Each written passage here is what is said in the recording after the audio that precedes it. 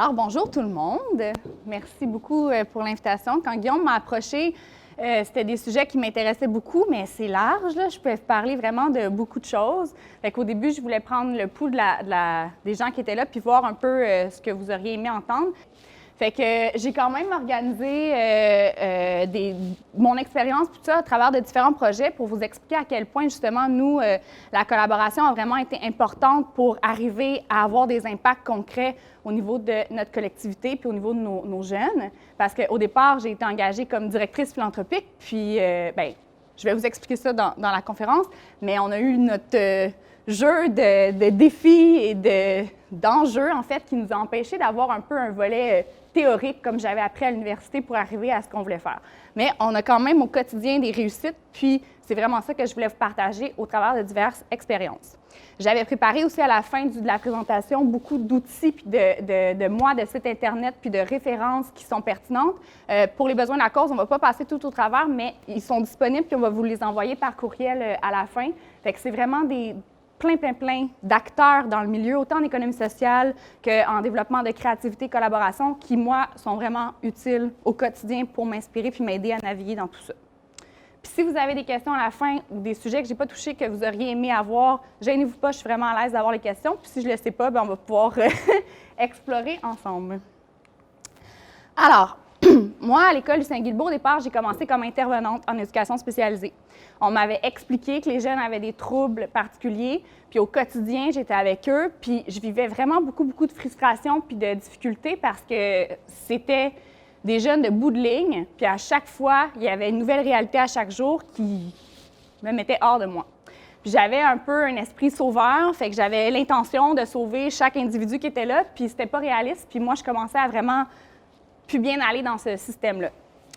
Jusqu'à un jour où, justement, la directrice générale m'a expliqué que le rôle de l'école, c'est vraiment d'être là du lundi au vendredi, de 8 à 4, que nous, l'effort qu'on pouvait, c'était vraiment d'être là le plus possible, puis qu'à travers de ça, c'était les autres acteurs de la communauté qui allaient devoir prendre en charge les élèves, les familles, puis tout ça qui est là. Fait qu'il faut respecter l'écosystème, puis ça, j'étais d'accord totalement avec ça, mais il fallait les créer, ces partenariats, parce que là, moi, à chaque fois que je voyais le jeune repartir dans sa famille, il y avait d'autres situations qui se passaient. J'étais un peu tannée aussi que le système, on veuille juste mettre de la tapisserie un peu sur certaines situations en me disant que ça va bien aller, ça va bien se passer, puis au fond, les choses ne sont pas changées fondamentalement. À la base, moi, j'étais vraiment hétéroclite puis multidisciplinaire dans mon parcours, puis souvent les gens me laissaient entendre que c'était une problématique parce que j'ai étudié en arts plastiques, j'ai étudié en maquillage, j'ai étudié en gestion de restauration à l'ETHQ, j'ai été en intervention psychoéducative, en gestion philanthropique, en coaching puis en créativité. Ça s'est fait au travers du travail puis au travers des années, mais à chaque fois, les gens ils pensaient que je faisais juste tout le temps un nouveau créneau. Puis moi, c'était plus facile aussi pour moi de me dire « Ah!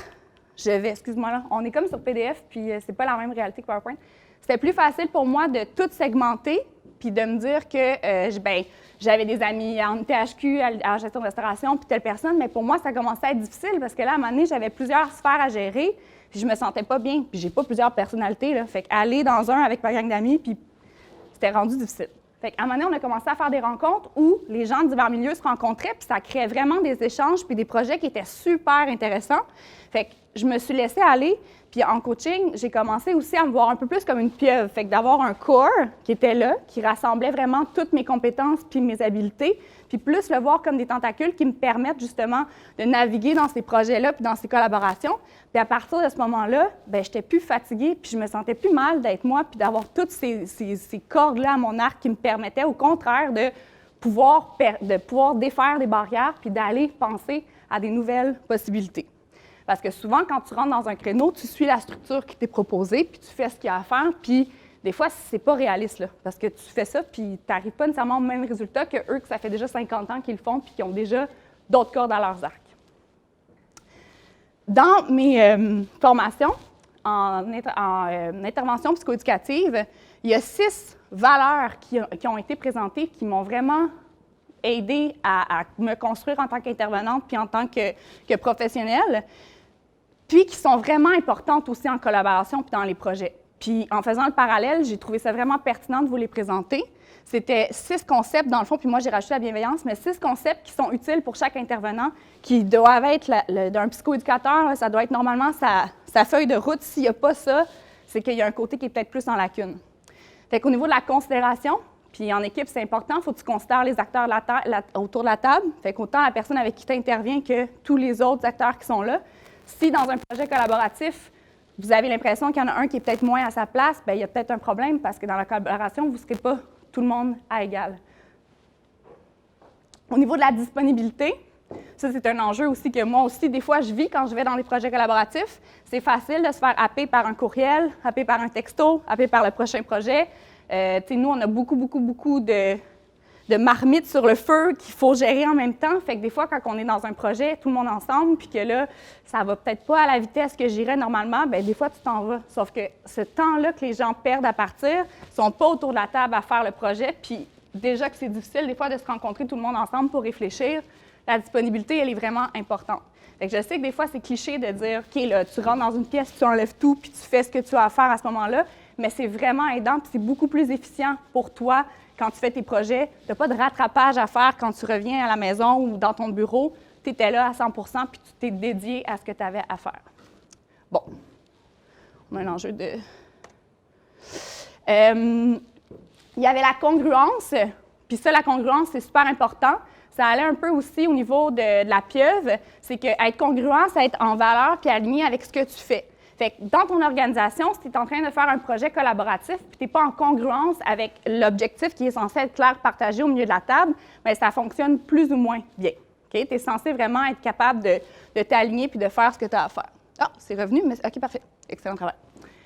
Tu es censé être en confiance aussi avec toi, puis avec tes habiletés, puis avec les gens autour de la table. Quand on parle d'argent, quand on parle de projet, quand on parle de trucs qui peuvent des fois heurter les valeurs puis heurter les motifs, c'est super important que les gens autour de la table aient les mêmes valeurs puis les mêmes pour pouvoir développer cette confiance-là. L'empathie, en philanthropie, on en parle beaucoup. Pour aller chercher des sous, souvent les gens doivent être capables de se mettre dans la peau des personnes qui... on va avoir une animation qui est créée par la projection. La sécurité en tant qu'intervenant, c'est d'être capable de te voir avec l'individu puis de ne pas avoir peur d'un enfant qui est en crise. Mais moi, je le vois aussi beaucoup, la sécurité, au niveau de l'anxiété des équipes, au niveau du stress, au niveau... des fois, il y en a qui ont en tête juste leur salaire puis leur bien-être, puis c'est une réalité qui est vraiment importante, sauf que quand on parle de projets collaboratifs, eux ne sont pas là pour parler du projet qui est sur la table, ils sont en train juste de vouloir survivre et d'être bien dans leur organisation. Fait qu'au niveau de leur sécurité, si on a en tête un peu la pyramide de Maslow, bien, c'est pas répondu. La sécurité aussi, c'est de s'assurer, c'est ça, au niveau du stress puis de l'anxiété. Des fois, il y a des projets qui vont vite. Être coordonnateur de projet, tu n'as pas le temps d'aller rassurer chaque membre de ton équipe. Il y a des gens qui ont des rôles, puis des fois, eux, ils ont l'impression qu'il y a un drame qui est en train de se passer, puis eux vont aller contaminer toute l'équipe. Fait que ça, c'est super important au niveau de la sécurité, de les rassurer puis de leur dire que si tu es un leader puis tu as ton rôle, puis tu vas en prendre en charge ça, puis c'est correct, eux, ils n'ont pas à stresser avec ce volet-là. La bienveillance, moi, je l'ai ajoutée parce que la bienveillance, ça touche un peu tout ça. Si tu es bienveillant avec toi-même et avec les autres, bien, au niveau de c'est facile de vouloir performer, c'est facile d'aller vouloir aller plus loin, d'en demander beaucoup aux autres, d'être déçu parce que tu as délégué ton projet puis que ça n'a pas marché. Mais la bienveillance, c'est quand même important pour dire, regarde, les gens ont fait du mieux qu'ils pouvaient. Il y avait tout ce qu'ils pouvaient pour le faire. Avec toi aussi, tu as fait du mieux que tu pouvais avec l'horaire que tu avais, puis tu essaies d'aller au travers de ça. Fait que dans mon parcours, ça a quand même été quand je vous dis de parallèles, ces valeurs-là que j'ai apprises en tant qu'intervenante m'ont vraiment permis après de faire des parallèles dans les projets collaboratifs. Bon. Une fois que j'ai réussi à me scinder et de me mettre comme une pieuvre, bien ça m'a permis en créativité de justement me laisser aller avec des gros post-it, des grosses feuilles chez moi. Je développais mes projets puis je sortais tout ce que j'avais en tête. Fait que ça aussi, souvent on voit ça là, dans des séances de brainstorm. J'étais tout seul chez nous, j'ai tout sorti ce qu'il y avait. Fait que là, ça m'a permis vraiment de voir l'étendue. Puis ça m'a permis après ça d'aller voir un peu, de créer des projets qui ne sont pas encore sur pied, mais qui sont vraiment près de l'être. Cette photo-là, je la trouve intéressante parce que oui, c'est des bombes. Fait qu'en même temps, c'est positif et négatif. Fait que chaque personne a une influence sur les autres. Elle peut être négative, comme je vous ai dit, au niveau du stress. Fait que quelqu'un qui contamine par le stress aussi, ça va juste comme contaminer le réseau, puis ça va être difficile de s'en sortir. Mais elle peut vraiment être positive puis contagieuse si justement le projet est positif, puis ça permet d'aider les autres à aller plus loin dans leurs éléments. Fait que ça, c'était une image que j'ai souvent dans mon bureau puis qui m'intéressait beaucoup par rapport à ça. Puis en dessous, la phrase « imaginer, explorer, douter ». Le doute, des fois, c'est difficile, mais l'ambiguïté, c'est une zone qui est vraiment intéressante à explorer. Beau lapsus, c'est ça? Parce que justement, ça te permet de naviguer puis d'aller voir des trucs qui n'auraient peut-être pas émergé si tu n'avais pas été dans cette zone-là, puis tout de suite, tu avais voulu changer de case pour aller dans une autre section du projet. Jusqu'à l'épuisement, on ne se le souhaite pas, mais souvent, c'est une réalité du milieu. Des fois, les gens sont tellement dévoués dans ce qu'ils font que souvent, ils s'épuisent puis ils vont. Moi, dans ma réalité, j'ai été comme, ça fait, je pense, ma 6e ou 7e année là, que je suis au niveau de direction philanthropique, mais j'ai été en congé de maternité, puis moi, ça a été un moment où je m'étais dit, mon congé de maternité, c'est un moment pour moi pour me poser puis me questionner si justement je voulais retourner ou pas. Puis finalement, on a été en équipe, fait que je suis plus revenue dans les mêmes conditions. Puis ça, moi, ça m'a permis d'y aller parce que sinon, c'est clair que tout seul à faire tout ça, même si j'avais les meilleures convictions et les meilleures valeurs du monde, ça ne marchait pas. Il fallait que le milieu change encore là pour m'aider à aller plus loin. Recommencer passionnément, intensément jusqu'à devenir réel. T'sais, on voit les gens, les entrepreneurs, les organismes qui se démarquent du lot. Souvent, c'est les gens qui avaient une passion puis une conviction puis qui ont réussi à la communiquer puis à l'amener. Ils ne l'ont pas lâché. Ils ont quand même été chercher un réseau, fait qu'ils n'étaient pas tout seuls à faire ça. Les gens, je trouve, qui développent des beaux projets, c'est qu'ils étaient à l'écoute aussi du milieu avec qui ils l'ont fait. Je pense, je vais en parler plus tard, mais il y a Vincent Routier qui a développé les LU, justement, un LU que vous avez. C'est un entrepreneur, ça fait juste 2 ans qu'il est là, qui a développé son projet, qui était une idée, qui était un prototype. Puis là, bien, il est au travers de... Il y a 400 LU de vendus au travers de, je pense, 35 pays, si je ne me trompe pas. Ça a vraiment explosé. Mais lui, son corps, il se connaît, puis il est allé chercher une équipe, puis il va avec sa passion, puis c'est communicatif, puis ça se transmet facilement. Grâce au chantier de l'économie sociale, parce que j'ai été sur l'aile jeunesse du chantier, je trouvais qu'avec l'école, il y avait une possibilité d'aller justement chercher tout le volet d'économie sociale. J'ai réussi à aller à Séoul, avec 100 personnes qui venaient de 25 pays différents pour 1 semaine à Séoul. Puis on a fait un peu un processus de théorie en U. Je ne sais pas si vous êtes familier avec cette théorie-là de collaboration. Dans le fond, c'est un procédé qui est un peu flou parce que tu arrives, puis c'est de faire un peu le contenant. Puis l'idée, c'est d'aller faire un peu, définir un objectif, de l'évaluer, puis de vraiment le peaufiner au travers d'une série d'activités. Mais tu as vraiment, il faut que tu changes de lieu, il faut que tu te laisses inspirer. C'est vraiment comme une façon de faire qui peut être intéressante, puis qui est une façon de faire des projets. Au travers de la semaine, dans le fond, on a réussi à développer une espèce de déclaration, de manifeste qui parlait autant de communauté locale, d'accès à la maison, au housing, accès à la propriété. On parlait aussi de Economic Transformation Through Decent Work, fait que tout le travail décent, parce que, tu sais, nous, au Québec, le travail décent, c'est quand même possible, mais dans les autres pays, il y en a on parlait dans la réalité, puis c'était vraiment autre chose. Puis, on a parlé aussi de finances sociales, d'économie locale, de voir un peu qu'est-ce qui se passait, parce qu'il y avait différents, justement, pays qui, eux, avaient des super belles solutions puis initiatives qu'ils faisaient. Fait que j'ai eu la chance, justement, de travailler. Nous, on avait, justement, on travaillait sur les communautés locales, comment on pouvait les développer. Puis ce qu'on s'était sorti comme phrase, c'était « glocal », fait que penser global, mais agir localement. Puis on trouvait que c'était un mot qui était pertinent parce que, justement, c'est ça qu'il faut faire. Il faut penser au tout, puis en même temps, il faut quand même agir autour de nous pour créer les liens puis aller plus loin dans nos projets. OK. Fait que voilà. Fait que c'était vraiment un tout. C'était super pertinent. On a visité aussi là-bas, c'était à Séoul, à Guri, le National Dream Park, qui est un écosystème, une coopérative qui vit de par elle-même, là, qui vit juste en haut, dans les montagnes. Puis c'est vraiment un écosystème qui vit de par lui-même. Là. Il y a une noodle factory, il y a une bière factory, il y a vraiment tout pour qu'eux-mêmes soient en économie circulaire, si on veut. On avait aussi des visites dans Séoul, des endroits qui ont des vieux bâtiments qui, normalement, avaient des communautés vraiment mal desservies puis qui étaient vraiment démunies, qui ont créé des projets avec, justement, des Fab Labs et tout ça pour aider les gens de la communauté à développer des passions puis développer des compétences. Puis là, ces environnements-là devenaient vraiment intéressants puis ils ralliaient les gens autrement que par le crime puis par rapport à ce qui se passait, par rapport à la pauvreté. C'était vraiment, vraiment intéressant. Puis on avait des conférenciers, exemple, lui qui est justement là, qui venait de l'Australie, qui, lui, a parti un café en Australie, mais qui donne des sous dans une autre communauté dans le monde qui aide les jeunes à aller à l'école. Fait qu'il y avait vraiment plein d'initiatives qui étaient super pertinentes. Écoute, ça vous donne des aperçus de la... Donc, moi, je suis à l'école Lucien Guilbeault.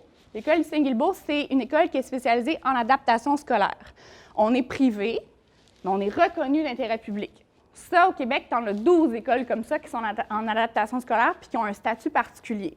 Fait que les parents, ce que ça veut dire, c'est qu'ils ne payent pas plus cher qu'une école régulière pour envoyer leur enfant à l'école. Les frais de scolarité, je pense que c'est 500 $ à peu près pour l'année, puis ça couvre le service de garde. Fait que c'est vraiment, je pense, le coût correct qui est dans une école régulière. À l'école, on est en complémentarité avec toutes les commissions scolaires, le centre de service, je ne sais pas encore comment les appeler, ils ont changé de nom dernièrement. Puis ce que ça fait, c'est quand les commissions scolaires ne savent plus trop où placer les jeunes, ils nous les envoient en complémentarité puis en collaboration, puis on est capable de leur donner justement tous les services qu'ils ont besoin. Fait qu'on a des orthophonistes, orthopédagogues, neuropsy, on a des ergothérapeutes, on a un psychoaide, on a vraiment plusieurs intervenants qui sont là au quotidien avec les jeunes. Depuis les dernières années, on est rendu à 316 élèves parce qu'à chaque année, maintenant, on a développé le deuxième cycle du secondaire parce qu'avant, à 16 ans, on les redonnait aux commissions scolaires. Puis ça, c'était un enjeu parce que souvent, eux, ils décrochaient puis ça allait plus bien parce qu'ils retournaient dans le système qui ne fonctionnait pas déjà à la base. Fait que là, on a travaillé fort en équipe pour développer un service qui était à partir de 16 ans. Là, on est déjà rendu à 48 élèves, ça fait 2 ans. Puis l'année prochaine, on prévoit déjà être à 60, 80, puis on ne veut pas aller plus qu'à 100 parce que bien qu'il y ait beaucoup de demandes, il faut qu'on reste un milieu humain parce que sinon, on n'est pas capable d'être optimal dans nos ressources puis dans les services qu'on a à faire. Les employés aussi ont quasiment triplé dans les 3 dernières années. Fait que c'est vraiment intéressant de voir ça. Pour vous donner un aperçu, les élèves viennent vraiment au complet de la grande région de Montréal. Il y en a qui viennent un peu de Longueuil, Laval. Il y en a qui font 1h30 de route matin et soir. Toutefois, pour les parents, même si c'est long en tant que transport, les parents, ça change leur vie parce que l'enfant n'est plus un symptôme, il n'est plus un irritant. Il a le goût d'aller à l'école, il a envie de se lever le matin. Fait qu'au lieu d'avoir un petit zombie qui est là à la maison puis qui fait juste des crises pour ne pas y aller, bien, il y va puis il s'engage puis c'est le fun. Fait que oui, c'est long, mais en même temps, il y a quand même une activité le fun. Quand j'ai commencé à travailler, j'étais à l'école primaire, puis là, la directrice générale, elle a eu un projet de construction d'une nouvelle école. Puis là, tout le monde s'est dit, nouvelle école, puis là, je pense que c'était en 2014, 2015. C'était pas réaliste, surtout à Montréal. Fait que personne ne le croyait vraiment, mais l'environnement créait beaucoup de problèmes. Il n'était pas réfléchi pour les besoins des élèves, puis c'était vraiment problématique. Fait que la directrice générale a développé le projet avec tous les gens dans l'équipe. On s'est posé des questions, pour qui on le faisait, comment on le faisait, qu'est-ce qu'on voulait avoir. On avait la chance aussi d'avoir un CA qui était vraiment bon au niveau de la gestion. Puis comme on était dans la même bâtisse depuis, ça fait 70 ans qu'on existe, là, comme on était dans la même bâtisse depuis longtemps, on avait réussi à accumuler des actifs qui nous ont permis d'accéder à ça. Puis par les contacts, les sœurs de la présentation de Marie, qui avaient le Collège Reine-Marie, nous ont octroyé une partie de leur terrain qu'ils ont décidé de nous vendre. Fait qu'au lieu que ce soit les tours à condos à Montréal, ça a pu être une école. Ça a été un enjeu dans le quartier parce qu'on a coupé des arbres, mais on a essayé de garder les meilleurs quand même qui étaient là sur le terrain. Mais quand même, c'était une forêt. Fait que ça a été un enjeu dans le quartier, mais quand même. Parmi tout le processus de construction a pris 9 mois. Fait que de la rentrée scolaire en septembre, c'était la pelletée de terre, puis en juin, on déménageait. Il n'y a personne qui le croyait jusqu'à temps qu'on arrive à l'école en septembre. Moi, j'ai fait partie du déménagement. C'était vraiment intéressant de voir une école qui déménage. C'est beaucoup de matériel, beaucoup de stock. Mais les élèves du secondaire, qui, eux, avaient des locaux dans le Collège Reine-Marie, ont pu voir le processus de construction au complet, puis ont pu faire partie de visites aussi de construction. Fait qu'ils ont été sensibilisés aux différents métiers de la construction. Puis, pour les gens qui participaient au projet, ils ont réussi aussi à comprendre pour qui ils le faisaient. Parce que souvent, ils arrivaient dans les rencontres de chantier, puis là, ils disaient, bien, normalement, c'est ça qu'on fait, normalement. Puis là, Mme Raymond, la directrice générale, elle disait, non, ici, tu ne peux pas faire ça, là. Le besoin, c'est autre chose. Fait que là, OK, ils s'organisaient, puis se réorientaient. Fait que ça a vraiment pris du temps, puis de la collaboration, mais parce qu'ils comprenaient pour qui ils le faisaient, ça a vraiment permis, en 9 mois, d'avoir une école qui a été construite pour les élèves. Puis si eux, ils n'étaient pas là, l'école, elle ne serait pas là. Mais là, ils sont là, puis l'école, elle répond vraiment bien à leurs besoins, puis c'est comme une danse à l'intérieur. C'est vraiment, vraiment, vraiment beau de les voir. Allez. Le mode à l'intérieur de l'école est quand même intéressant.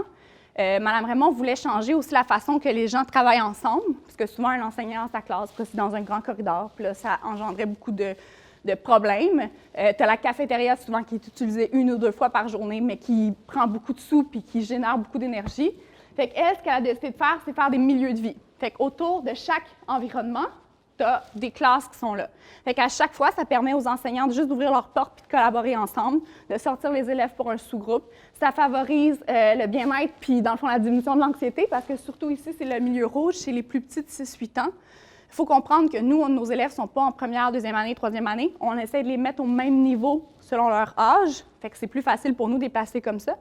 Puis des élèves en trouble grave d'apprentissage, souvent, ils ne se voient pas progresser parce que c'est des enjeux, tu sais, ils doublent, puis ils doublent, puis ils doublent. Fait que là, au moins, ils se voient évoluer par milieu. Puis chaque milieu a un peu pas son cadeau, là, mais ses privilèges. Fait qu'à chaque fois, ça donne le goût d'aller plus loin. Quand on est arrivé à la nouvelle école, on avait tout l'ancien branding. Puis là, j'ai mis cette phrase-là que peut-être vous avez déjà vue. On avait vraiment un enjeu avec qui on était, avec ce qu'on projetait, avec les élèves qui le vivaient à l'intérieur. Nos élèves du secondaire, l'ancien logo, c'était un soleil avec des petits bonhommes. Puis moi, j'avais dessiné vraiment c'était tout moi qui s'occupais des coms puis de ci puis de ça. Fait qu'on avait essayé de faire un truc, mais les élèves du secondaire ne se reconnaissaient pas du tout. Fait qu'on a passé au travers d'un processus de branding pour s'assurer que, justement, ça allait mieux nous définir, puis vraiment définir l'école qu'on était. On a changé de nom aussi, parce que centre pédagogique pour des élèves, c'était un centre comme un hôpital, puis pédagogique, c'était leur journée de congé. Fait que là, il était comme, pourquoi on s'appelle centre pédagogique Lucien-Guilbeault? C'était pas logique. Puis pour les autres aussi, ils pensaient qu'on était un centre de service. Fait que c'était tout mêlé. Fait que école, Lucien-Guilbeault, c'est qui on est. Puis ce que vous voyez, c'est pas stagé, là, c'était vraiment une journée d'école. Le photographe, on se promenait, puis c'est vraiment les gens qui travaillent tout le temps ensemble. On a des environnements, des bureaux. On a récupéré autant de bureaux conventionnels, du matériel qu'on avait, mais on en a ajouté avec les ergothérapeutes pour se permettre une flexibilité dans les types d'enseignement puis dans les enfants qui sont là aussi. Fait qu'à chaque début d'année scolaire, il y a toujours un questionnement qui est fait en équipe pour s'assurer qu'à chaque fois, on répond le mieux possible aux besoins du jeune. La cour d'école aussi, ça a été un projet super intéressant. Au départ, quand on a construit, il y avait quand même de la verdure, il y avait quand même des espaces de terrain, mais ça ne répondait vraiment pas aux besoins moteurs de nos élèves puis aux réalités. Nos jeunes, souvent avec la dyspraxie, qui est un trouble de coordination, c'est difficile pour eux d'imaginer un jeu. Même s'ils connaissent les règles, ils arrivent là puis c'est comme si leur cerveau n'arrive pas à leur donner des idées, puis à travailler ensemble, puis à jouer ensemble. Fait que nous, dans la première année qu'on était là, on avait décidé d'aller voir tous les élèves, surtout au primaire, puis de leur demander comment ils voulaient l'avoir, leur cours d'école. Puis là, il y en a qui nous disaient une glissade qui part du toit, puis comme plein de choses. Là, de là, on a pris des idées qui étaient probables, mais ce que ça a donné aussi, c'est des élèves qui participaient vraiment pas normalement, puis qui allaient voir leurs enseignantes ou qui venaient me voir dans le corridor, puis qui disaient « Hey, ta question, là, j'ai pensé à ça, là, puis là, on pourrait avoir des vélos qui viennent... » Puis là, tu sais, c'était des jeunes, justement, qui normalement n'étaient pas engagés dans leurs choses, puis qui avaient envie de donner leurs idées. Quand il y a eu l'appel de projet 100 degrés, on a eu un financement qui était là, puis de là, on a aussi poussé la réflexion plus loin. La directrice générale a trouvé une façon de réaménager la cour d'école pour avoir plus d'espace naturel, un terrain synthétique, parce que les jeunes jouaient énormément au soccer, c'est un des jeux qui joue le mieux, mais le terrain était mal drainé, fait qu'à chaque fois, il fallait enlever cette activité-là parce qu'il ne fallait pas jouer dessus. Fait que là, on a mis ça, puis il y a d'autres ballons poires, tout ça qui vont arriver éventuellement. Une autre chose qu'on a fait avec un autre partenaire qu'on est allé chercher, qui est tombé en amour avec nous, c'est Tactic Design. Notre milieu de vie avant ressemblait à ça. Donc, c'était des tables qu'on avait récupérées de cafétéria, puis ça ne répondait pas du tout aux besoins. Nos élèves secondaires, souvent, ils ont des problématiques au niveau comportement, émotionnel, tout ça. Fait que là, quand ils sortaient de leur classe, il y a 6 classes au secondaire, fait que c'était pas bon au niveau du bruit, ça ne favorisait pas la collaboration. Nicolas est venu nous voir.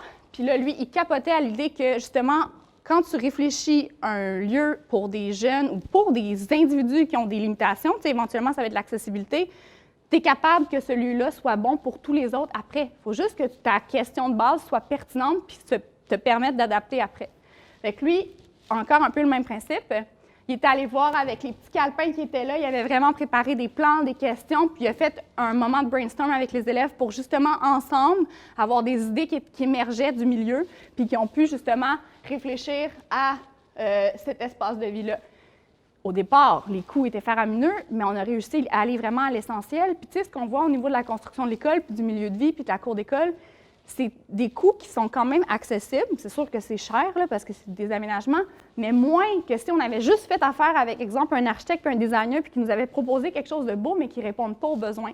Parce qu'on s'est posé les bonnes questions puis qu'on a adressé les bonnes solutions, souvent, c'est des trucs qui coûtent moins cher parce qu'au final, on répondait mieux à ce qu'on avait besoin de faire. Puis quand on a aménagé aussi dans l'école, là, tout le monde voulait avoir du nouvel équipement. Puis la direction générale disait, attends, là, on va vivre dans le milieu, là, vis dans ce que tu fais, là, puis pose-toi ce que tu as envie d'avoir. Puis au final, les gens venaient remercier parce que ce qu'ils auraient acheté, ça n'aurait vraiment pas été nécessaire pour ce qu'ils avaient besoin. Puis au final, de récupérer telle affaire, ça leur a permis d'être plus créatifs puis d'avoir des meilleures solutions qui répondaient encore mieux à ce qu'il y avait. Dernièrement, comme là, je voulais parler de lui, il y a 2 ans, Vincent Routier m'a appelé au téléphone, il dit « J'ai une technologie, je pense que ça pourrait être bien pour tes jeunes. » Au début, il pensait qu'on était une école avec des autistes, parce que c'est comme une école, lui, c'est sensoriel, c'est vraiment immersif. Fait que quand il a mieux compris les élèves qu'on avait, c'était quand même intéressant, parce qu'au niveau des troubles d'apprentissage, il y a beaucoup de problèmes au niveau visuel, au niveau de l'espace, puis tout ça. Fait qu'on a décidé de développer un projet de partenariat. Ce projet de partenariat-là, c'est vraiment parce que j'étais dans tel milieu, on est allé chercher des acteurs ensemble, à l'UQAM, à Altergo, qui est un organisme pour l'accessibilité universelle. J'étais allée à une conférence, il y a une chercheure qui parle de dyspraxie qui m'a vue, assez affiliée à nous, elle a entendu parler de lui, on a développé un projet. Ça a pris 2 ans de discussion puis d'aménagement pour que là, le projet il ait commencé, ça fait 3 semaines. On était en phase de pré-test, on a une version prototype qui va être dans le gymnase, puis on a réussi à avoir du financement de recherche pour justement ce partenariat-là innovant qui permet justement d'aller chercher les frontières et d'aller chercher des acteurs qui se sont posés aussi des questions par rapport à ça. Ce projet-là de recherche, ce qu'on veut voir, c'est si des environnements immersifs puis physiques permettent aux jeunes de mieux apprendre puis de mieux retenir l'information que de juste rester papier-crayon ou à l'ordinateur dans des trucs. Fait que, incessamment, on va avoir déjà des pré-résultats qui vont pouvoir passer, puis on va pouvoir justement aller voir un peu plus loin ce qui va en être. Mais déjà, c'est super intéressant parce qu'on est en questionnement avec eux pour adapter les jeux, adapter la vitesse, adapter la luminosité. Fait que c'est super pertinent parce que c'est quelque chose qui va pouvoir donner pour tout le monde, pas juste pour nos jeunes. Notre objectif, c'est pas juste de desservir nos 300 jeunes, c'est vraiment de permettre à tous les jeunes qui ont des limitations fonctionnelles de pouvoir aller plus loin puis d'avoir accès à ça aussi. Quand on parle de philanthropie puis de changement philanthropique, vous êtes sûrement au courant pour ceux qui travaillent dans le domaine, c'est beaucoup par projet, c'est beaucoup... la philanthropie a changé beaucoup dans les dernières années, puis là, tout le monde parlait d'impact social, d'impact collectif, puis là, nous, on était comme, OK, mais comment on s'organise, comment on fait ça? La Fondation McConnell est une fondation qui se veut aussi changer les règles de la philanthropie puis vouloir aider les gens à travailler de plus en plus en collaboration. Ils ont eu un projet, exemple, avec Centraide en itinérance, ça s'appelle le PIC. Puis il y a eu d'autres projets PIC, là, mais en itinérance, ils ont mis autour de la table, je pense, 8 organismes qui étaient là, qui desservaient autant des femmes, des hommes, plein de choses. Puis ils ont dit là, votre financement individuel, vous ne l'aurez plus. Vous allez devoir vous asseoir ensemble puis trouver une solution ensemble. Parce que ce qu'on veut, c'est pas nourrir vos organismes en financement, c'est enlever l'itinérance. Fait que la question, là aussi, elle est différente. Sauf que ça a fait beaucoup de réactions. Puis en philanthropie, beaucoup d'autres acteurs ont voulu faire ça. Fait qu'au lieu d'octroyer du financement comme on aurait eu normalement, bien là, il fallait vraiment monter par projet. En 2 mois, il fallait que tu sois capable de te créer une équipe de gens dans la communauté pour déployer des subventions et des trucs. C'est pas toujours réaliste quand tu fais au quotidien ce que tu fais. C'est pas toujours réaliste non plus quand tu es tout seul à faire tout ça. Fait que déjà, d'être 2, c'est aidant. Mais nous, ce qu'on a fait, c'est d'aller avec la théorie de changement de InnoWave, qui est un organisme qui peut t'accompagner puis qui donne, nous, on a reçu, dans le fond, c'est 4 000 je pense, de coaching qui te permettent de passer au travers.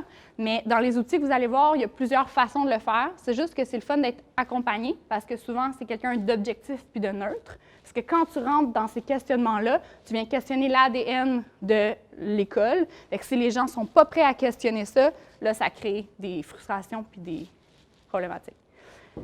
Fait que nous, on est arrivés, puis cette image-là représente un peu ça, justement, il y a un peu la chasse gardée des gens qui s'évaluent, puis qui veulent donner les sous, puis qui sont là à donner leur avis, puis leur perception de la situation, puis pour accéder justement à tous les ressources. Puis en bas, tu as justement tous les organismes qui vivent au quotidien, puis qui essayent de réaliser ce qu'ils ont à faire, puis que là, on leur demande d'être en concertation, mais sont en train de régler l'urgence de la journée. Il y a vraiment un peu une incohérence là-dedans. C'est quand même possible de le faire, c'est juste qu'à chaque fois, il faut se donner le temps puis la disponibilité pour y arriver. Fait que nous, c'est voulu que c'est flou et que vous ne le voyez pas, parce que c'est secret un petit peu, mais ça vous donne une idée du processus qu'on est passé au travers de 2 ans, de se questionner, de savoir la cible, de savoir qu'est-ce qu'on voulait faire, de savoir comment on voulait le faire pour arriver à notre impact ultime, que chaque élève ayant des troubles graves d'apprentissage puis des troubles associés soit acteur dans l'actualisation de son plein potentiel puis dans son rôle de citoyen responsable. Fait que ça, l'impact ultime, c'est au-delà de notre mission. On a quand même une responsabilité d'action de vouloir amener le jeune jusque-là. C'est mesurable puis quantifiable dans la mesure où on va se mettre des indicateurs qui sont justement là de voir si après tant de temps, après d'être sorti de notre 2e cycle, l'enfant n'est pas chez eux en train de vivre un peu du bien-être social puis d'être pris par son anxiété, peu importe s'il est sur le milieu du travail. Mais nous, ce qu'on avait besoin de voir, c'est que nos jeunes soient capables de naviguer dans la ville, de prendre des décisions au niveau des élections, de politique. Quand ils sont dans leur trouble d'apprentissage, c'est vraiment, vraiment, vraiment difficile pour eux d'acquérir ces informations puis d'aller chercher autre chose. Fait que c'est pas juste au niveau des mathématiques puis du français, là, ça atteint vraiment plusieurs niveaux. Fait que nous, on veut vraiment accompagner ces jeunes-là pour qu'ils soient le plus autonomes possible puis qu'ils soient capables d'y arriver. Mais ce résultat-là, on ne l'aurait pas sorti si on n'avait pas pris le temps de faire ce processus-là en équipe puis de se poser les bonnes questions. Fait que la théorie de changement, qui part un peu de la théorie en U, fait que dans les informations que j'avais faites à Séoul, c'est de partir d'un objectif flou, de poser des questions. T'sais, on a fait beaucoup, beaucoup d'activités. On a fait des journées où on sortait du milieu puis qu'on se posait des questions en équipe avec, exemple, une carte d'empathie. Fait que tu te mets à la place de l'enfant, tu te mets à la place du parent, tu te poses des questions sur ce qu'il fait. Puis là, tout ça, un peu comme une expérience utilisateur, là, ça te permet de développer ton service dans les yeux de la personne qui le fait. Puis comme ça, tu te sors un peu de ton rôle de « ouais, mais là, moi, je vais gérer une équipe, puis moi, je vais faire ça ». Non, c'est pour l'enfant que tu le fais ou pour le parent que tu le fais. Tu te poses les bonnes questions, puis tu arrives à un résultat qui est pertinent. Là, on est en train, de ça a émergé un peu une meilleure communication de qui on était à l'interne. Parce que là, moi, ça faisait 6 ans que je travaillais là-dessus, fait que mon vocabulaire, tout ça, je l'avais, mais à l'interne, les gens, ils ne portaient pas tant que ça. Fait que de plus en plus, on a réussi à comprendre mieux qui on était. Puis pour les acteurs en philanthropie, puisque moi, quand j'allais chercher des dons ou des subventions, bien, les gens disaient « OK, bien, vous avez une nouvelle école, vous n'avez pas besoin d'argent. Vous avez, les élèves ne sont pas assez en difficulté, ils vont bien, ils ne sont pas en crise, vous n'avez pas besoin d'argent. » Fait qu'à chaque fois, il fallait tout le temps que j'explique. Puis là, ils disaient « Ah oui, ils sont TDAH, j'ai vu ça dans les radios, dans la télé. Ah, ils sont autistes. Non, ils ne sont pas autistes. » Fait qu'à chaque fois, il fallait que je décoche. Nous, on a trouvé une façon, puis on va en parler un peu, je pense, de storytelling, mais dans notre approche d'amener les gens à se questionner, sont curieux. Quand tu es curieux, tu as envie d'avoir une réponse, fait que de là, tu es capable un peu plus d'aller amener ton projet. Je suis un petit peu contre la prospection, d'aller voir les gens, puis serrer la main, puis vendre toujours mon projet. Je voulais trouver une façon qui était plus pertinente pour moi de le faire, puis qui ne mettait pas mes élèves comme des enfants qui sont à besoin puis qui prient pour avoir des sous. C'est pas ça l'objectif. Là. On a une valeur, on est égalitaire à quelqu'un qui a dédié sa vie à juste avoir financièrement des sous puis qui peut aider autrement. Fait que nous, notre façon de faire, on le fait sur le terrain puis on voulait trouver une façon de mieux le faire comprendre. Fait que ce qu'on voit un peu, puis ça va se développer au courant des prochains mois, c'est justement le jeune qui arrive dans son parcours scolaire régulier, bien, il va un peu sur une voie de service qui permet de se développer en 4 axes. Fait que nous, l'axe le plus important, c'est l'axe personnel puis social. Fait que ça part, puis on passe quasiment tout le primaire du jeune pour le faire. Quand il arrive au secondaire, bien là, il y a plus le volet scolaire, travail, puis pour la fin, aller vraiment en insertion pour éventuellement, parce que nous, un peu comme au début, on est dans la vie, on est une partie, on n'est pas le tout. Plus tard, à 22, 23, 24 ans, on ne sera pas là pour l'aider le matin à se réveiller puis à aller en emploi. Fait que c'était vraiment important pour lui qu'éventuellement, il reprenne l'autoroute à sa vitesse, à son rythme. Nous, on a un travail aussi de sensibiliser l'autoroute puis de dire justement qu'il faut qu'il y ait des voies peut-être un peu plus lentes pour aussi aider le système à les intégrer, parce que ça, c'est un enjeu aussi. Mais au moins, déjà, de partir de ce visuel-là, ça permet plus rapidement d'aller chercher l'attention puis ça permet plus rapidement de changer les choses. Donc voilà, après il y a plein de ressources, mais là je vous laisse avec ça. Je vous dis que c'est important de garder la vision de où vous voulez aller, puis de faire confiance au processus. Si vous voulez tout micro-manager certaines des étapes, ça va être exigeant pour vous, puis ça ne vous permettra pas nécessairement d'aller où vous voulez aller. Puis tu sais, moi j'ai quand même réussi, dans tout ce que j'ai fait, j'ai été facile, là, vous voyez avec les mains, les grands yeux ouverts juste là. On ne voit pas beaucoup, mais à C2 Montréal, j'ai été facilitatrice d'expérience. Puis pourtant, ils disaient que j'étais trop jeune, de ça, mais j'ai quand même été. Puis j'ai vraiment peur des hauteurs. Puis ça, c'était à 20 pieds dans les airs. Il fallait que je facilite une animation sur des balançoires qui bougent, avec des gens que je ne connaissais pas, puis des questions que je savais plus ou moins. Mais si tu fais confiance à ce que tu veux aller chercher puis à ce que tu veux aller faire, tu es capable d'aller le faire. C'est juste que des fois, moi, j'avais aucune idée. Si on m'avait dit un jour que j'allais faire ça, je ne l'aurais pas cru.